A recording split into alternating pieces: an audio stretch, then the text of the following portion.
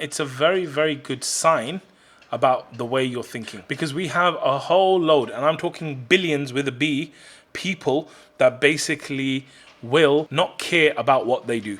So they commit sins every single day. They don't care about it. They don't bat an eyelid. They don't think about it at all.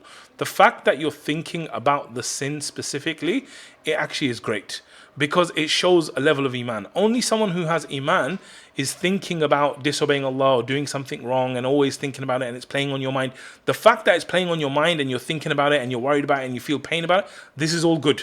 This is all really good. I know it doesn't feel good, but it's actually a very good thing, because you don't want to be in another position where you basically do sins and you don't feel nothing. This is how a lot of people are now, right? So this is very good that you feel this, and it's actually a blessing. I swear it's a blessing to feel bad about a sin. It's really important that you always repent. So as soon as you do something wrong, make sure that you ask Allah for forgiveness immediately. Okay? One of the biggest traps of shaitan is, look, you're going to do this sin again, so don't repent. There is absolutely zero benefit in not repenting. Like, even if the sin's going to happen again, there is zero benefit in it. So it's very important that when you commit the sin, you repent. You say sorry. And the great thing is that Allah will forgive you.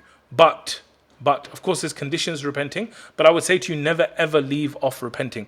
Because you don't know about death. You don't know what could happen. Any time your soul could be taken. And I don't say that lightly, because when we say that, our brain goes, yeah, of course, any time it could be taken. But for me, it's not going to, like, all that rubbish. Yeah. But any time it could be taken. So you don't want to be in a situation where there's even one sin. You don't want to be in a situation where you haven't repented for. It's better that you repent 1 billion times with a B than not repent, and then I'm going to do it later or something. So whenever you do commit the sin, definitely make sure that you repent, and you do that all the time. The other thing I would say is that sometimes what people do is, when they're trying to stop doing something bad, a sin or something, they think the only way to stop it is to stop doing that. What I found is that if you do the opposite, which is you do good deeds, they actually will help you as well.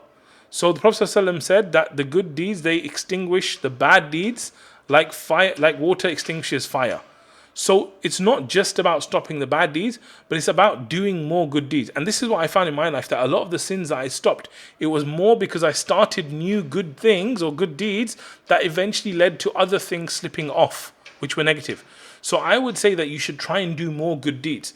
Now, more good deeds doesn't mean that you're standing for 2 hours in tahajjud every night, this, that. More deeds could just be you just focusing for 1 second and just saying Subhanallah, like with your heart really connected to Allah, like really focusing. And if you could just say one Subhanallah, just one Subhanallah, that is sincere, that Allah accepts, that itself gets you very close to Allah. So I'm not saying that you have to stand in tahajjud for 2 hours or read 1 hour of Quran a day, but I do think you need to have this mindset of, how can I do more? How can I do more? It's like, you know, if we were in a situation where, like, you were going to earn lots of money, or you're going to earn something that you like, and you were like, okay, you're going to get double now. Your mind would constantly be thinking, okay, how do I get more of this? How do I get more? How do I get more? How do I get more? I'm saying you need to have this mindset with good deeds. And you need to realize that good deeds are actually very easy. It just requires you to be in that mindset. Right? So you could even just say Alhumdulillah. You could say Subhanallah. You could say Allahu Akbar.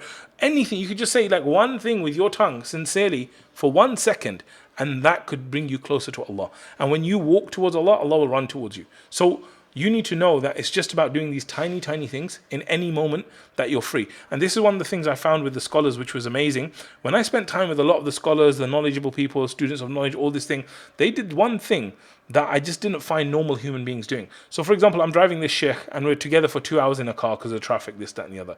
He will randomly start saying La ilaha illallah.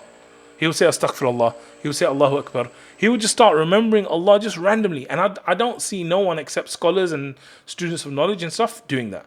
But it's a really amazing thing because you're constantly connected to Allah. So I'm saying this is a very easy thing. You don't have to be a scholar to do this.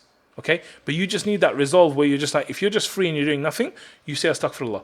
One of my business partners, I mean, he had this sign. I remember we used to stay at his house for the meetings and stuff. He had this sign on his steps. So when you would walk up the steps, you would see the sign, and it said Alhumdulillah. Right? So every time I walked upstairs and downstairs, I would say Alhamdulillah because I saw it in front of me. So you can even like do things in your environment to have it so that you can actually do good deeds. Whether it's Alhamdulillah, this, that and the other, you can have all kinds of stuff. So I would actually make a plan to do more good deeds, even if they're tiny. Okay. And then in regards to the sin specifically, what I would do is I would look at my behavior and my pattern when the sin happens.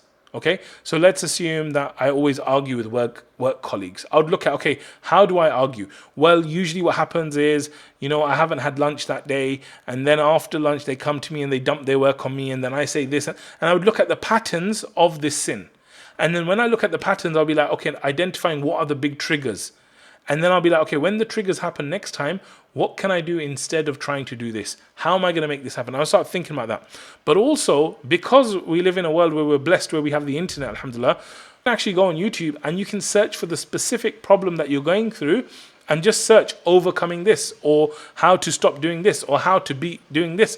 And just basically just follow and watch those videos and start to go, okay, I'm going to do step one, I'm going to do this, I'm going to do that.